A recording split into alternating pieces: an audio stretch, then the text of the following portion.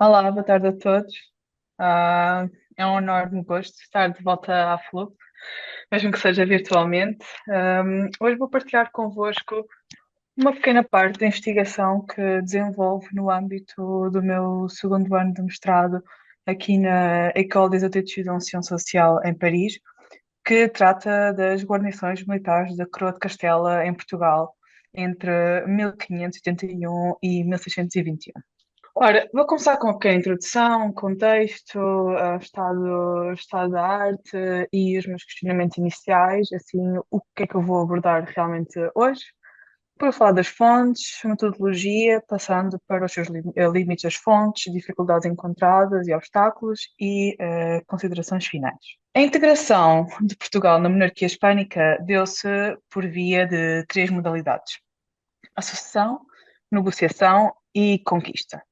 E foi nesta modalidade de conquista que, em 1580, as tropas lideradas pelo Duque de Alba foram enviadas para Portugal, acabando por se instalar na zona da costa e também nos arquipélagos dos Açores e da Madeira, sob forma de guarnições militares ou presídios. Ahm, Este modelo era típico da monarquia hispânica, que tinha um objetivo dual, tanto como defesa do território e também para assegurar a submissão da população recém-integrada. No entanto, a presença militar castelhana em Portugal apresentava desde logo desafios. Primeiro, contrariava um dos pontos do Estatuto de Tomar, assinado em 1581, que assegurava o exclusivismo português, isto é, o reino mantinha a sua estrutura administrativa, as suas fronteiras, a língua, a moeda e a sua autonomia na defesa do território. Ora, este ponto não foi respeitado. Além disso, estas tropas estavam sob o comando de um capitão-geral castelhano, subordinado ao Conselho de Guerra em Madrid. Esta situação implicava uma coexistência de jurisdições, nomeadamente entre as autoridades urbanas portuguesas e o comando militar castelhano. Embora a União Ibérica tenha gerado algumas contribuições para Portugal, os estudos concentram-se sobretudo em duas fases: ou no início desta união, ou no final, seguido pelas guerras da Restauração. Aqui eu dou só alguns exemplos como referência, não posso deixar de referir Fernando Bouza para as suas contribuições para o reinado de Filipe II desde a fase da negociação, mas também as contribuições de Rafael Valladares para esta fase inicial da conquista e os efeitos da violência na população em Lisboa. Depois, para o final do período filipino, temos João Frederico Chobo com as políticas do Conde-Duque de Olivares e, nesta sua tese, ele também aborda os conflitos de jurisdição com as tropas castelhanas em Portugal. Ele também realizou uma investigação sobre a presença militar castelhana na Ilha da Terceira. Também temos António de Oliveira com as tensões políticas, nomeadamente no reinado de Filipe IV. Agora, no âmbito das investigações de temática militar, são abundantes aquelas que tratam o exército espanhol moderno, sobretudo desde o final dos anos 60, inícios de 70, quando houve uma ampliação de perspectivas historiográficas, das quais eu só venho aqui a referir a que também inspirou o meu título desta comunicação, Geoffrey Parker, The Army of Flanders and the Spanish Road, que trata, lá está, da logística e a administração militar por detrás de fazer mover as tropas pela Spanish Road, ou seja, os caminhos que as levavam até aos Países Baixos durante a Guerra dos 80 anos. Bem, face a isto, o meu objetivo é, durante este meu projeto de mestrado, é de estudo conhecer a localização das guarnições e de seguida procuro compreender como é que as tropas castelhanas se relacionavam com a população portuguesa, mais especificamente como é que se dava esta articulação de autoridades num contexto de coexistência jurisdicional e que esforços estavam envolvidos na gestão destas tropas. Para hoje, eu vou-me concentrar sobretudo na deslocação das tropas castelhanas na primavera de 1582, ou seja, quando se estava a formar a armada que foi aos Açores tentar submeter os territórios que eram partidários de António Prior do Crato. Vou falar um pouco do processo de mapeamento, os limites e os seus alcances. As minhas fontes, eu concentrei-me sobretudo nas fontes do Arquivo Geral de Simancas, arquivo este que contém a documentação proveniente das instituições da Coroa, de Castela do antigo regime. Concentramos sobretudo em três fundos: o Fundo de Estado, que tem documentação, do Conselho de Estado de Madrid; o Fundo Secretarias Provinciais, secção Portugal, que se concentra, que tem documentação, do Conselho de Portugal, instituição esta que foi criada logo após a integração do Reino para tratar de todos os assuntos portugueses na Corte de Madrid; e o Fundo de Guerra e Marina, documentação do Fundo de Guerra, do Conselho de Guerra, que também é onde eu só concentro a minha apresentação de hoje. Este fundo é extremamente rico, pois contém correspondência estabelecida entre os oficiais militares, o rei e consultas deste Conselho, onde eram tomadas as decisões sobre qualquer assunto militar de qualquer território da monarquia. Então é realmente uma janela para o que é que se passava com essas tropas. Esta documentação vem sobretudo em maços, como vocês podem ver na primeira foto, ou também em livros mais para o fundo de secretarias provinciais. A documentação que provém de Portugal encontra-se também muitas vezes no Fundo de Guerra e Marinha e de Estado, para além do Fundo de Secretarias Provinciais, sendo que o Fundo de Secretarias Provinciais é bastante pobre para a minha época, infelizmente. Numa investigação mais longa, também conto debruçar-me sobre os arquivos portugueses. Bem, aqui tenho uma apresentação que eu e o Bernardo realizamos da localização das guarnições militares em Portugal, com maior concentração em Lisboa e na zona do Porto. E eu também decidi colocar a guarnição de Baiona, pois ela era gerida juntamente com as guarnições do Entredourinho. Bem, o tratamento das fontes no meu trabalho assenta essencialmente na construção de tabelas Excel, onde sistematiza as características principais dos documentos, que são maioritariamente cartas, identificando o autor, lugar, destinatário, conteúdo e temática segundo uma legenda universal que eu criei para encontrar mais facilmente a informação. O que é curioso para o caso de hoje é o facto da necessidade de representar visualmente o que estava a ler ter surgido de maneira intuitiva. Quando estava a ler esta correspondência toda dos oficiais militares para a primavera de 82, comecei a perceber que se estava a dar deslocação de tropas através da península, desde vários pontos de partida, parando em lugares ou tomando caminhos alternativos. O que fez com que as palavras por si só não bastassem para eu poder compreender a situação na sua totalidade. Assim, num primeiro momento, de forma muito rudimentar, no meu caderno, enquanto estava no arquivo, elaborei um esboço da península, identificando pontos-chave, rotas, principais alternativas e locais de estacionamento. E este exercício permitiu-me, desde logo, identificar 4 eixos principais de deslocação. O eixo do norte, tropas comandadas pelo mestre de campo Dom Luís Henriques, que parte, supostamente, da zona de Salamanca até ao Porto. O eixo central, ou Rota do Tejo, como eu gosto de chamar, pois marcou a primeira navegação que se fez no Tejo, partindo de Herrera de Alcântara, e parte de vários lugares da Espanha, esta tropa comandada pelo mestre de campo Dom Francisco Bombadilla.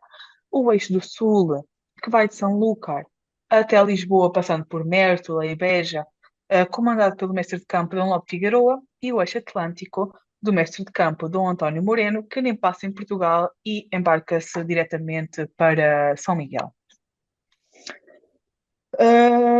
Bem, estas rotas, não é, foram transpostas para o formato digital através do software QGIS e com o apoio do meu colega Bernardo de Sousa, ao qual eu expresso aqui o meu sincero agradecimento pela partilha de conhecimento e pela paciência em fazer as nossas sessões. Muito obrigada. Bem, para produzir este mapa, apoiei-me aqui neste mapa produzido pelo geógrafo do Rei de Espanha, Dom Tomás Lopes. Neste mapa data 1810, e a especificidade, o porquê de ter escolhido este mapa foi porque ele apresenta as principais ligações entre os lugares da Península Ibérica. E é uma ferramenta útil para o meu trabalho, pois importa destacar que o meu objetivo aqui não é a reconstrução de vias, mas sim servir-me destas conexões representadas no mapa de Lopes para visualizar uma possível deslocação entre os locais pelos quais eu sei, por base documental, que as tropas passaram. Bem, o mapa com as rotas mais detalhadas não vai ser possível de mostrar hoje, pois ainda está em processo de criação, mas isto não me impede de falar também destas dificuldades que eu encontrei, ou bem, características em geral, não é? Ora, para já a tentativa de seguir movimentos através de documentos escritos no século XVI apresenta as suas limitações inerentes às fontes.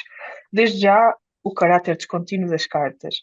Estes maços que eu consulto contêm entre 300 a 700 folhas soltas.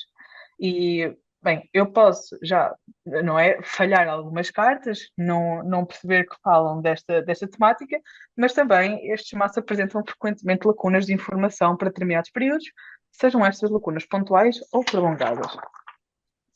Outro obstáculo é a documentação deteriorada. E, para minha grande sorte, neste período, as ordens do rei, as cópias das cartas do rei, estão num estado lastimável, ilegível, e pronto, desde já era super interessante poder ver eu o outro lado da correspondência, não é? Quais é que eram as ordens?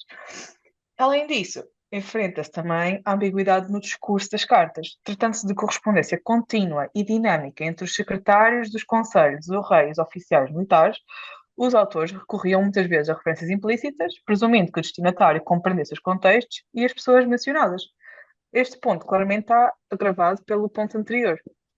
Assim, é importante sublinhar que o produto desta representação irá refletir apenas uma parte da realidade histórica, uma possibilidade entre muitas, e não a totalidade da deslocação das tropas, porque, por exemplo, eu tenho a certeza que as rotas estão incompletas. Desde já, será Salamanca o ponto de partida da Rota do Norte? Efetivamente, a primeira carta que eu tenho diz que eu estou em Salamanca, mas eu não faço ideia se o ponto de origem destas tropas é Salamanca. Depois, no eixo central, ou na Rota do Tejo, elas são a todos 20 companhias. Eu sei que 7 companhias se vão embarcar em primeiro, sendo elas de Toledo, Guadalajara e o outro sítio, eu não sei qual é que é o ponto de partida. Depois temos 6 companhias de Extremadura que se embarcam em Herrera de Alcântara. Também a única informação que eu tenho do seu ponto de origem é que são de Extremadura, pelo que eu vou marcar a sua rota só a partir da Herrera de Alcântara, pois eu não tenho certeza de onde é que ela realmente vem. E depois eu tenho o caso de haver uma companhia de Extremadura e 6 de La Mancha que vêm de Campo de Montiel. As, as companhias de La Mancha eu também não sei onde é que elas vêm. Só sei o ponto onde elas convergem, estas 7 companhias ao todo, pelo que eu achei que seria melhor considerar o ponto de partida Campo de Montiel. Mas onde é que era Campo de Montiel no século XVI? Isto obrigou-me a ir consultar mapas mais antigos, perceber onde é que era, percebi que era Campo de Montiel se localizava em La Mancha e que não era um lugar, mas sim uma comarca, território da Ordem de Santiago, e através de um artigo que se intitula El Campo de Montiel en la época de Cervantes, percebi que um dos lugares era Vila Nova de los Infantes, e esse foi o lugar que eu coloquei de partida puramente representativo, pois eu no mapa preciso colocar algum lugar de partida. Já no eixo do sul, embora a primeira carta do mestre de campo, Lope de Figueroa, que foi o mestre que comandou estas tropas, me diga que partiram de Sanlúcar, ali no sul de Espanha, bem, eu depois encontrei outra carta de um oficial que nem é destas tropas, a referir que a companhia de Lope de Figueroa passou pela zona do Marquesado de Vilhena. E o Marquesado de Vilhena era na zona de Múrcia. Mas lá está, eu não tenho certeza, pelo que eu escolhi simplesmente fazê-la a partir de Sanlúcar. Deste modo, a versão final do mapa que estou a tentar reproduzir atualmente não vai conter a total representação destas deslocações. Uma maneira de poder chegar a mais respostas seria recorrer a outra documentação, como é o caso, por exemplo, das honras de serviço, que são documentos militares que contêm o percurso destes oficiais. No entanto, para a minha altura também, são muito escassas, quase inexistentes. Ora, considerações finais. O traçado das rotas concede uma nova dimensão à minha pesquisa, conferindo materialidade.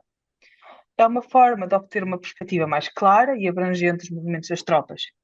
A visualização das rotas ajuda a tornar tangíveis os dados dispersos e permite que se compreenda melhor a magnitude e a complexidade do esforço de movimentação das tropas.